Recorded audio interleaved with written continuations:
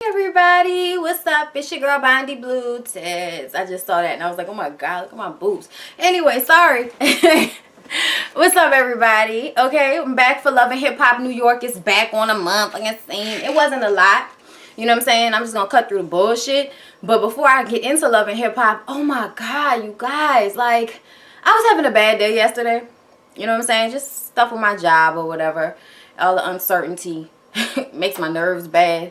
But, you know, that shit aside, I was having a bad day. And then I get on Gossip and see a post that D'Angelo is coming out with a new album today, Black Messiah. And I'm like, this can't be real. So I go and look. #1 on iTunes over Nicki Minaj Pink Print. Okay? So that goes to show y'all, a motherfucker don't need to be on television every day. They don't need to be always in the blogs. They don't need to always be in the news to come back and be just as relevant as when they left. So everybody's like, you know, parameter of fucking, you know, relevancy is just obsolete to me. I feel like, you know, everybody in their own right is relevant at some point. We watch all of these reality shows about people who we can give a fuck about. But you put these hoes on VH1 with Mona Sky Young behind them and we all in their life, all in their business, okay? And they become relevant. And I love it when somebody comes out and just does their thing. And I feel like that's what D'Angelo came out and did. He didn't sound different. He sounds just as good. You know what I'm saying? Like, everybody was so worried about how he looked. He looked good to me, you know, on the pictures that I saw that they released for the album. But the album is awesome. The album is so fucking awesome, man. They got a couple of songs on there that I'm so in love with. You know what I'm saying? Like, it's a rider. I won't say like a couple because it's more than just two. It's way more than two. It's a rider, okay? You can listen to that whole album in a car. Just like with Voodoo and just like with Brown Sugar. So I am very, very happy that D'Angelo finally came out with a new album after 14 years. If y'all have not bought that, go get that. If you liked any of his other music, if you have never heard his other music, you need to go listen and then go listen to that album, okay? Listen to the last track on the album, Another Life. Go listen to that track and tell me that motherfucker ain't like on it. Like I'm just saying, he was just so on it. Like, Jesus, okay? Then I got K. Michelle's album today, finally. And I got the Pink Print. I got Nicki Minaj's album. And at first I was not going to buy Nicki Minaj's album because y'all know I didn't kind of fell off her ever since her, you know, bubblegum pop, you know, bullshit that she had been doing and all of that. But I was like a Nicki Minaj fan when she was just coming out with mixtapes, okay? But she has got me. She got me with the Pink Print. I sat down and listened to it after I got K. Michelle album this morning. Because I got, look, I don't like put my business out there like that. But, you know what I'm saying? I bought D'Angelo's album with the last $10 on my PayPal account. Okay? Like, understand me. How serious I was about this. Okay, so I bought that last night. And then this morning, I got up. I got K. Michelle because I had been meaning to get it because I had already heard it and I loved it. And I also went and got the Pink Print. Listen to it. It's good. It's good. It's got a lot of little tracks on there. Like, if you know, you're looking for like your ratchet rap and some good beats and, you know, some good collaboration. She got a song on there with Beyonce that goes hard. She got a couple of songs on there that I really liked and that she was doing what I like to hear her do, which is come in on the downbeat and bust a rap hard as a motherfucker right quick and make me laugh. You know what I'm saying? Like, so yeah, Nicki Minaj's shit is actually pretty fucking cool and it was worth the $14.99 I paid for it, okay? But of course, D'Angelo's was $9.99, K. Michelle's was $7.99, so it wasn't nothing. I was buying up fucking albums on iTunes today. But anyway, y'all, let's get into Love and Hip Hop New York. But I had to share that with you guys because we always complain about no good music, and then here D'Angelo comes out with Black Messiah and K. Michelle's Anybody Wanna Buy a Heart. Like, that's some good music. That's good music with instruments and shit. Like, come on now, okay? Go get that shit, okay? I ain't even on the street team, but go get that shit. Both of them, okay? All of them if you want to, but I'm really like avid about Black Messiah and Anybody Wanna Buy a Heart. Moving along, you guys. So Mendeecees gets out of jail on Love and Hip Hop New York, you guys. I don't know about y'all, but a bitch miss Mendeecees, okay? Like, you know, like I really just miss the dude. You know, he been going with Central Wine when he come back and Yandy's there, you know, and Yandy runs to, you know, jump on him and it looked like she was gonna fall because bro man is like really small, you know? I miss Mendeecees, man. Nigga ain't seen Mendeecees in a while. And, you know, Mendeecees made Yandy likable for me because I wasn't a fan of Yandy's. I'm a fan of her hustle and any black young woman who is enterprising and intelligent as she is and able to keep a cool head when, you know, ratchet shit is all around. So I always had mad respect for Yandy, but she wasn't my favorite person because I was a Chrissy fan. So their, you know, bullshit that they got into made me not like Yandy as much. But when she brought Mendeecees on Love and Hip Hop, I started to like Yandy, especially watching her deal with his son and, you know, just her ride or die for their relationship and all of that. That just made me like Yandy. So I like Yandy, you guys. And, you know, I'm just so happy for her. I was happy for her when she finally got to see him. I'm more than sure they didn't make it, you know, halfway up the road before they started fucking in that, in that Benz bus that they was on. And, you know, they had the little surprise with his son where she was walking in the park with the son and they were supposed to just be talking about, you know, what dad would say because they're going to a movie premiere. And, you know, she's like, what would your dad say? He was like, he'd be like, are you nervous? And how you think you did? And da-da-da-da-da, whatever they were talking about. But just, it was just really cute. And then Mendeecees walks up behind him and puts his hand on his head and the little boy turned around and he kind of took like a take 6 or whatever. He was like, Dad! And he just ran to him and hugged me. He was crying and y'all, me and Lyric was in here crying. Like, you know, we be on some emotional shit sometimes. And when we see a son miss his dad that much and, you know, a dad really, you know, you love those moments. Even though it's fucked up that they had to be apart in the first damn place. But it's still just, it was a beautiful moment. It was one of my top moments on Love and Hip Hop, the franchise, okay? Next to April and Omarion kissing while she was in labor. Like those are my like wonderful moments, okay? Not my ratchet moments, just the wonderful moments, okay? But anyway, let's move on, y'all. So Mendeecees is backing out of jail, and of course Yandy wants to throw an extravaganza for him, which looked, you know, sparse. It looked unnecessary. They didn't need to have no party and all of that. You need to be at home. Like, let's go home. And it kind of seemed like that's what Mendeecees might have wanted to do. Not really do the party thing. But come on, motherfucker. This is Love and Hip Hop. Y'all know what this about. We got to show out, you know. And Rich Dollaz was there. I saw Rocky was there from last season. But she's not on this season. But I saw her in the background. And Rich Dollaz is there, of course. Y'all know Rich Dollaz. Y'all know he up in the building, okay? And he got to go talk to Chrissy. Chrissy is one of the new characters, okay? She's a madam, all right? The bitch is kind of, okay? The hair, the way she dresses, she looks cheap, okay? She looks cheap. And she's old, all right? And I know everybody, I was just watching Much Love, y'all. And Much Love was like, you young bitches want to call everybody old. You're going to live to be old one day. I said, and I can't wait, okay? I can't wait till I'm in my fucking 40s. I imagine my life will be a lot more stable and happy when I'm in my 40s, okay? But right now in my 20s, this tired bitch is old, okay? Not all, I mean, I'm not calling everybody old, but I personally feel like it's a blessing to grow old. And everybody always want to be so up in arms about being called old. But it's like, what the fuck you want me to call you young? Like, is that better? Like, what the fuck? It's not better. It's not better. If you're young and you see older people who got that shit together, you know that being young is not that great. It's only good physically. That's the only thing. Okay? But anyway, so he goes to her to try to get her to help him because he has a liquor coming out, caramel liquor or some shit like that, something 97 79 dipping in, you know, pussy juice, I don't know. Anyway, so he want her to come and audition some females to, I guess, to do the ad campaign for the liquor. Fine, because she always got the baddest bitches around her. And I'm like, you know, to say that you always have the baddest bitches around you, you chat.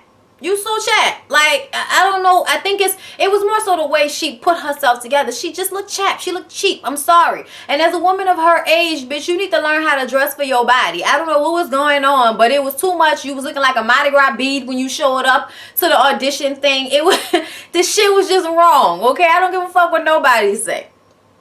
So he asked her for her help. And she was like, I'm not doing it if you still cool with Erica Mena. And he's like, I ain't talked to, Mina in 5 months, okay? And I'm happy we ain't talking. And it's like, Rich, you such a bitch. Okay, like, I watched Erica Mina's interview with Hot 97 before, yesterday before the show came out. Yesterday morning.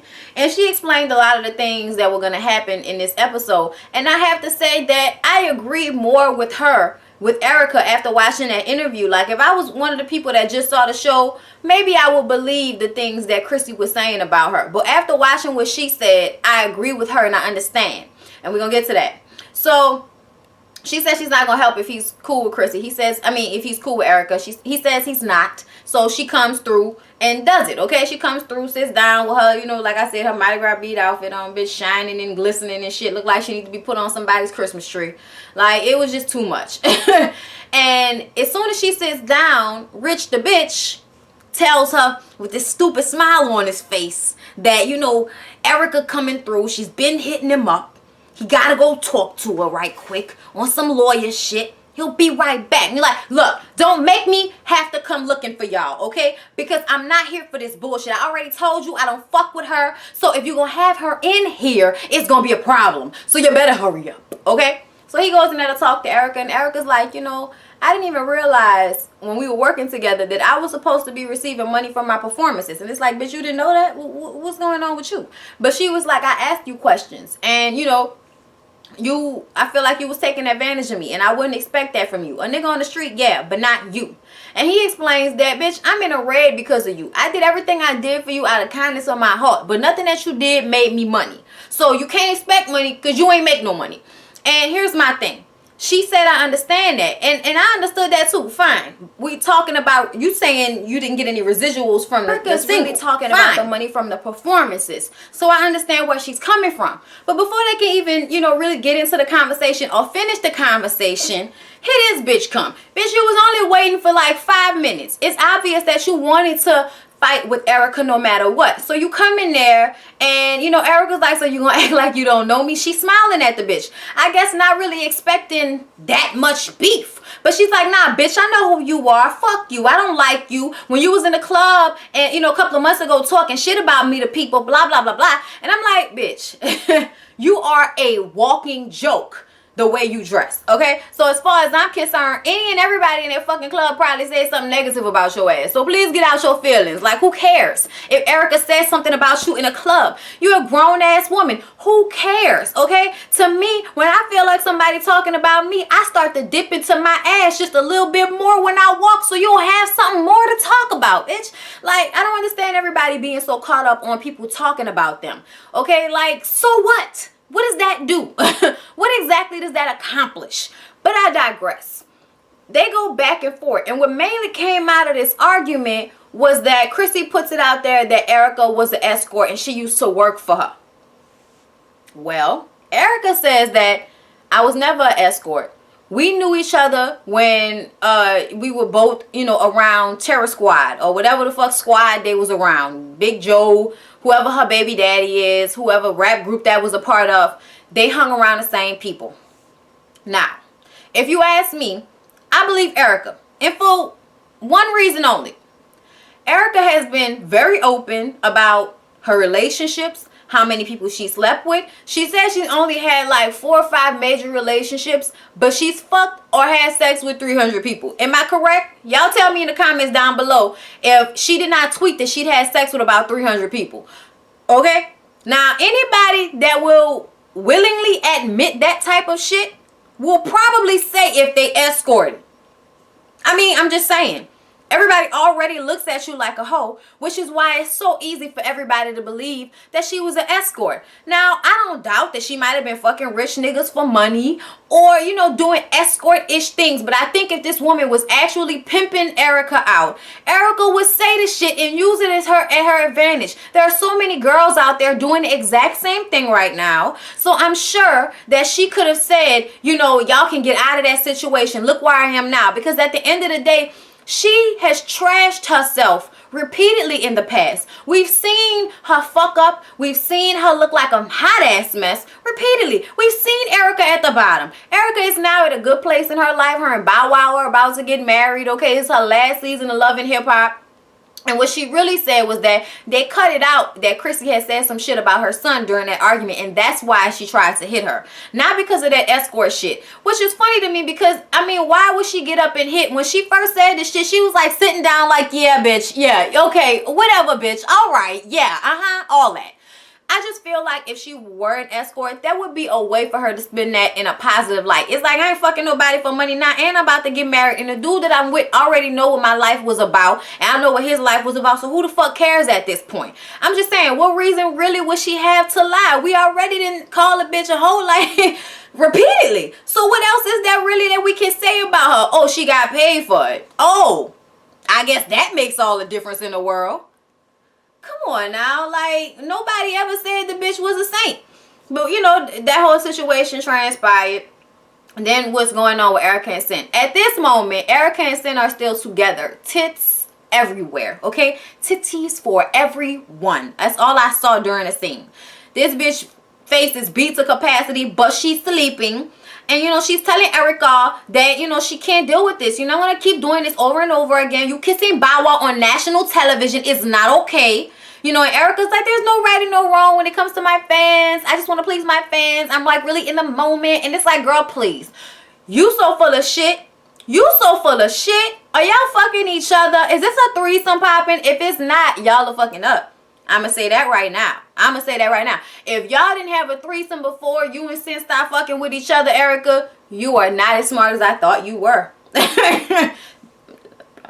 anyway, don't worry about me.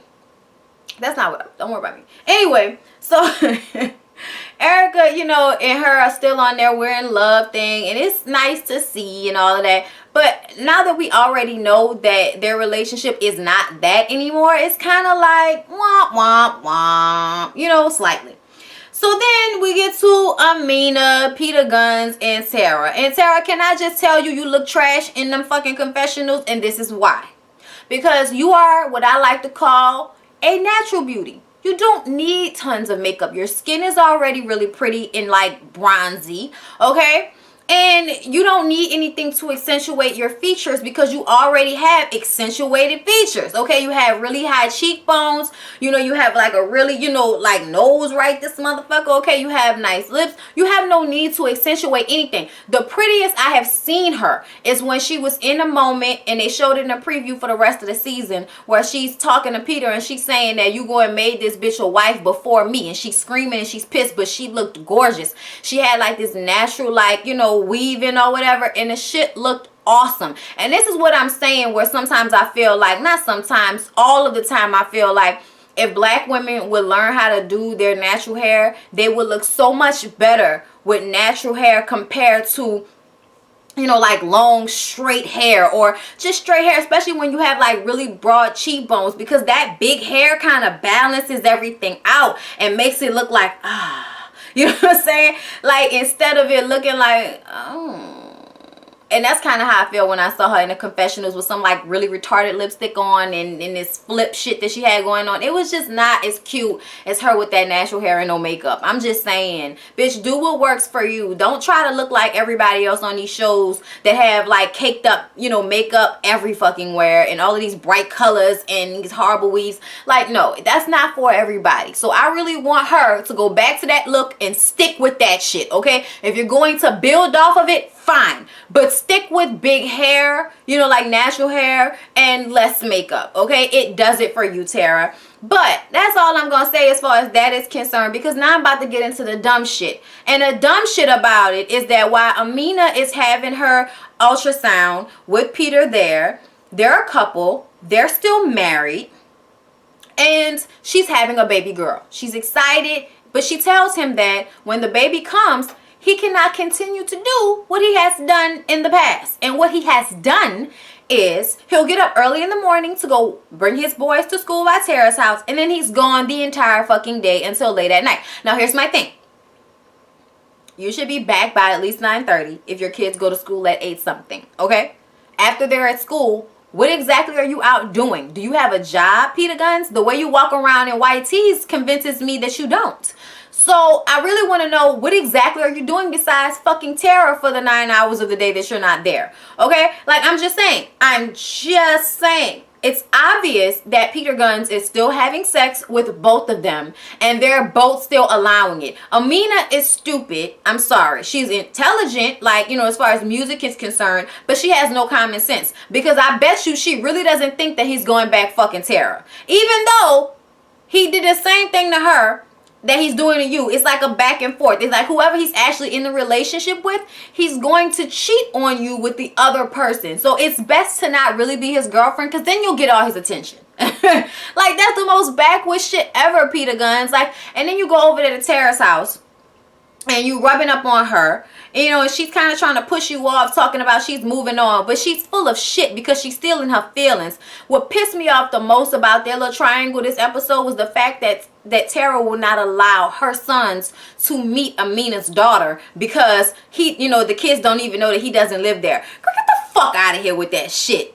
Get out of here with that. That's not about your kids. That's about you. That's about you, because you're still pissed that he went and wifed his side chick and had a baby with her and put a ring on it, while you still, you know, you sitting over here with 2 kids and 8 years of, or 9, 10, however long y'all was together, years of a relationship, and nothing to fucking show for it but a reality TV show that made you look like a duck. I'm sorry, but you pissed me off the way you handled that situation. That is not them kids' fault, and it is best that they meet each other so they don't grow up and eventually fuck one or the other because because they didn't know that was their sibling, okay?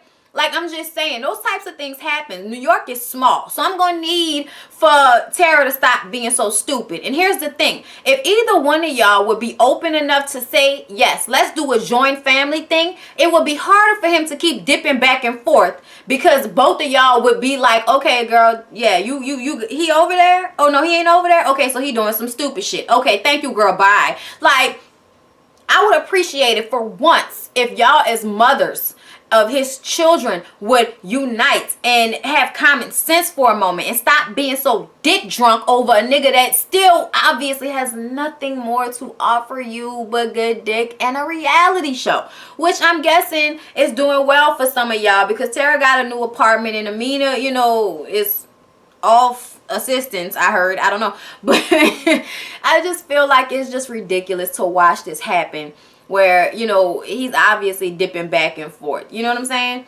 But anyway, that's their situation. And then there's Daryl Strawberry's daughter. He was a baseball player, great baseball player, millions of dollars. He has a daughter named Diamond. Diamond is a beautiful little chocolate girl, but she's exhausting already, okay? She wants to leave LA to go to New York so that she can model and be near her boyfriend Cisco. They've been dating for 2 years, and he lives in New York, she lives in LA, so it's a long distance relationship. Unbeknownst to her, he likes it that way.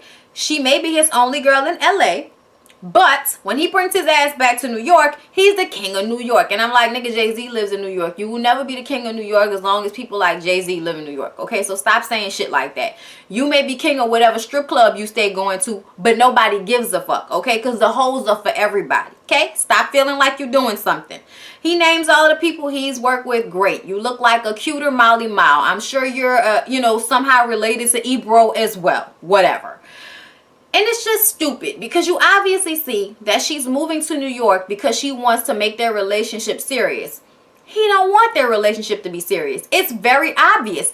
Every time, you know, these women sit down with these men and try to pressure them into doing something, and I get the feeling that he doesn't want to do it, I'm like, why are they not getting this same feeling? Why are they not getting this same feeling? Because I feel like if I were in a situation, I would get that feeling, and I would be like, you know what? Never mind. And I would back off. And I wouldn't call you, nigga. You'd have to call me. Okay? And then I start fucking with somebody else so I can get you off my mind, so I can go find me somebody else. I wouldn't be sitting up here, you know, telling myself shit in my mind. Oh, he probably was just surprised. Oh, he probably is excited and just didn't want to say anything. Girl, please. Men are not that hard to read, okay?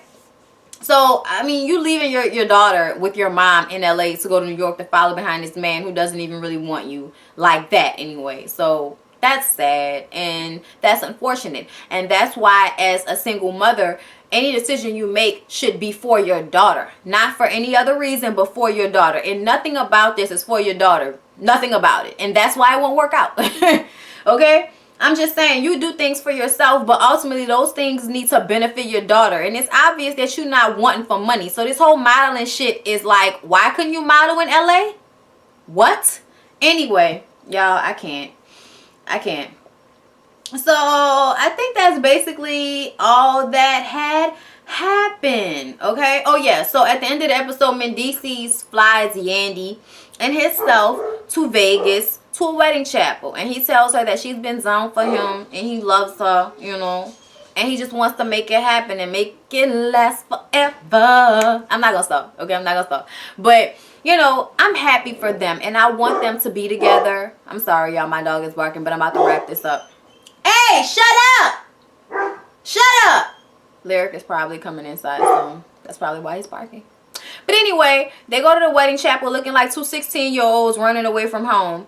And she seems like she's going to say no to him. And I think the reason why is because nobody wants to get married in a fucking Vegas chapel. But I personally feel like as long as after we leave the Vegas chapel, we go to the hotel and it's a beautiful hotel and they got good food and we fucking, they got a jacuzzi and it's real nice ambiance and I got a nice view. That's all I care about. Yes, I will marry you. When we get home, we'll have a ceremony and a reception and all of that. But we can be, you know, husband and wife right goddamn now. Okay? That's what I would do with him. Like, I asked him that question. I was like, if we get engaged, would you marry me the day after we get engaged? If you could. And he was like, yeah. And I was like, see, then it lets me know that there's no reason to rush. So we can get engaged and then wait like a year before we get married. Because I know it don't matter. You want to marry me anyway. If I say, you know, in a month, let's go do it, then we'll do it. So, yeah, I don't know why she would say no really ultimately. But I get her reservation. But whatever. Hey, babe. What's up? Nigga don't marry nobody else, yeah? That nigga married her the day after he got out of jail. This timeline is fucked up. You better make sure you don't go back before you start proposing the motherfucker. Man, fuck all that. You gonna need them visits, you know? You gonna need them visits, okay? Them visits. Anyway, please don't forget to like, comment, and subscribe to the video. Thank you for watching and share. Care about share? Before I go, you guys, I did go see my top 5 like I did in my vlog video, and I just want to say it was so funny. I really enjoyed it. You guys should definitely check it out if you haven't. It was better than I expected. I like how they had all of these different cameos. There was nobody in this movie that wasn't famous. Like, nigga called all his famous friends and said, say bro, wanna be in my movie right quick? It's only for like a minute, but just come be in my movie. Like, we only saw Kevin Hart for like 5 minutes. You know, we only saw Whoopi Goldberg and Jerry Seinfeld and Adam Sandler for like 10 minutes. You know, Sherry Shepherd and them 10 minutes, you know, all of them at the house and shit. But it still was crazy how he had all of his people in this one movie. You know what I'm saying? It was awesome. And they were like big names. Like Jerry fucking Seinfeld and Adam Sandler and Whoopi Goldberg in a strip club in this fucking movie. Like, come on, bro. That's crazy. But I enjoyed it. We enjoyed it. It was good. Y'all should see it. I love you guys. I'll see you next time. Peace out.